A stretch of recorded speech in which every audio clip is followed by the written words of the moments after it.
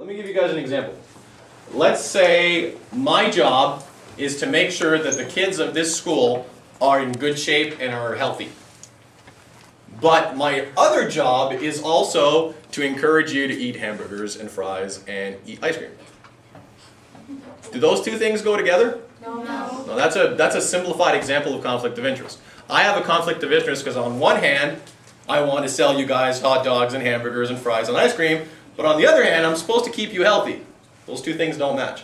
We have a conflict of interest in Canada because the people that are responsible for making sure that our oceans and our lands are safe when it comes to oil spills are the same people that encourage companies to drill for oil.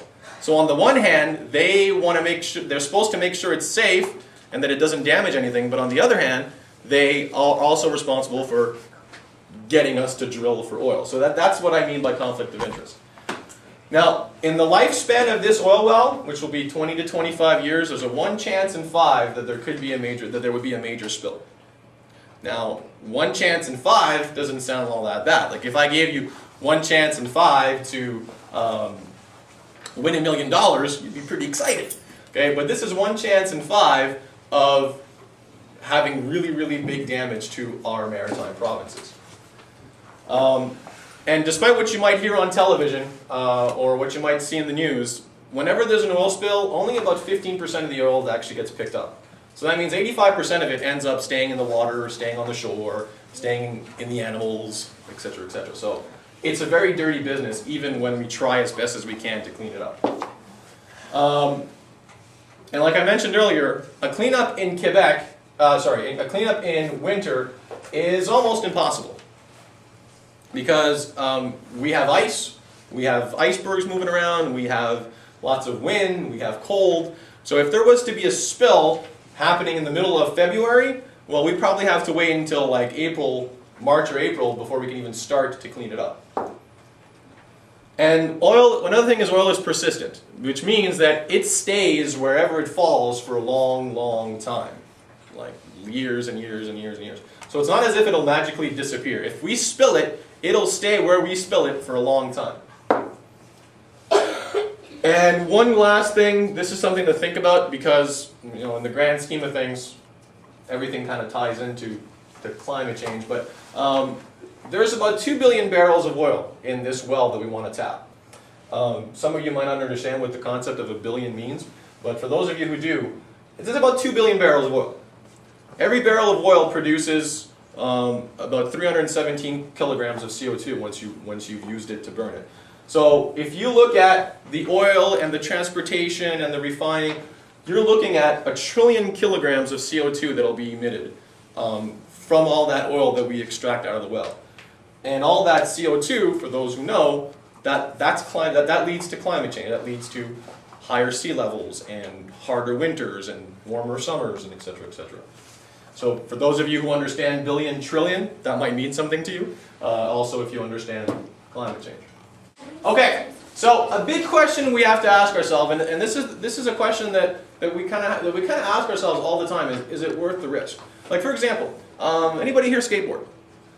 Okay, what are the risks associated with skateboarding? Falling, breaking a bone, hurting your head, scraping your knees, etc., etc. Okay, so you know, we take that risk into account and we say, okay, well maybe I'll wear a helmet, maybe I'll wear padding, or maybe I just don't care. It's just a broken bone. It's not the end of the world. When it comes to something like this, it's good to consider, like to think about, is it worth it? Like, is it really, really worth it for us to take that oil out of the ground? And so. And this is, whenever you take a big decision in your life, you kind of like usually go through this process in your head. So when it comes to oil, well, it's good to ask ourselves, what are the positives, what are the negatives? So what are the advantages of taking all that oil out of the ground? Anybody have an idea? Yep. It would help the animals. What's that? No. It would help the animals live better if they took it out. No, the oil is right now underground. Oh. It doesn't affect anybody. It could stay there forever. No one would care. Yeah?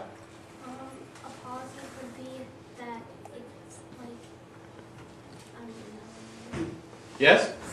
We use it almost every day. Okay, it's very useful.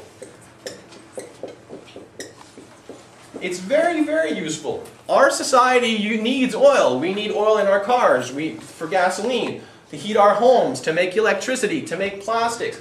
There's a lot of uses for oil. It's very, very useful. Okay, does anybody else have any other reasons why it would be helpful? Yep. Because it helps us do more things like electronical. Yeah, exactly. Those are other ways that we use oil. Yep. Well, I got a negative. Okay, we'll get right back to that. The other big positive is money. Okay? Let's say Bianca here owns an oil company, and she's the one who's going to go take the oil out of the ground at Old Harry. Well, when she takes that oil out, well, that ground belongs to Canada. So she'll have to pay the Canadian government and the province of Quebec money for every barrel of oil she takes out. Now notice I said the province of Quebec and the government of Canada. Okay, the rest of the maritime provinces, we don't get any money directly. So although we bear the brunt of all this risk stuff that I've been talking about, we're not actually directly getting any money. But the thing is, there's a lot of money to be made. And we're talking about billions of dollars in revenue for Canada and for the province of Quebec. And those are the big, big positives.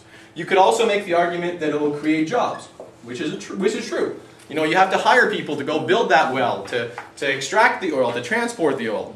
There are jobs to be had. Now, what are some of the negatives? Yes. Yeah, Ali?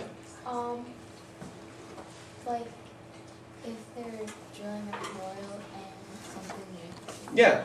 Everything that we just talked about, those are all the negatives. You know, loss of tourism industry for all those provinces in the Maritimes. Loss of fishing for all the provinces in the Maritimes. The millions and millions of animals and plants that could be killed if there was an oil spill. Again, it's an if. Yep. The companies make a lot of money, but they don't care.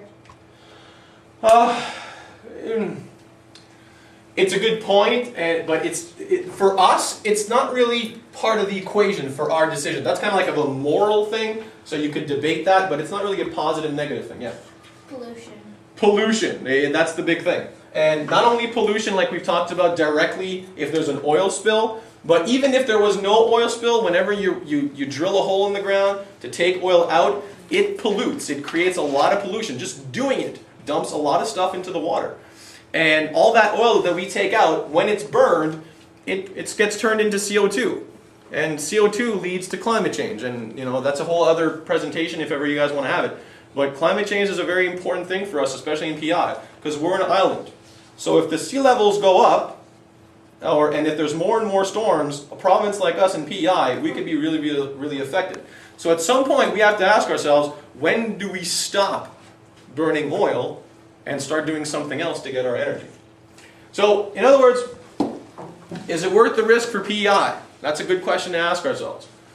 Is it worth the risk for all the maritime provinces?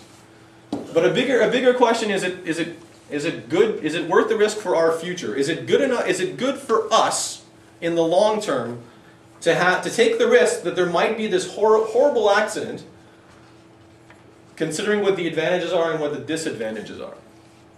Okay, and that's kind of something that most of us have to ask ourselves. And then once we decide, that's where we decide to take action and talk about it and decide to tell people, hey, we don't agree with this or we agree with it. You know, and that's what it's all about.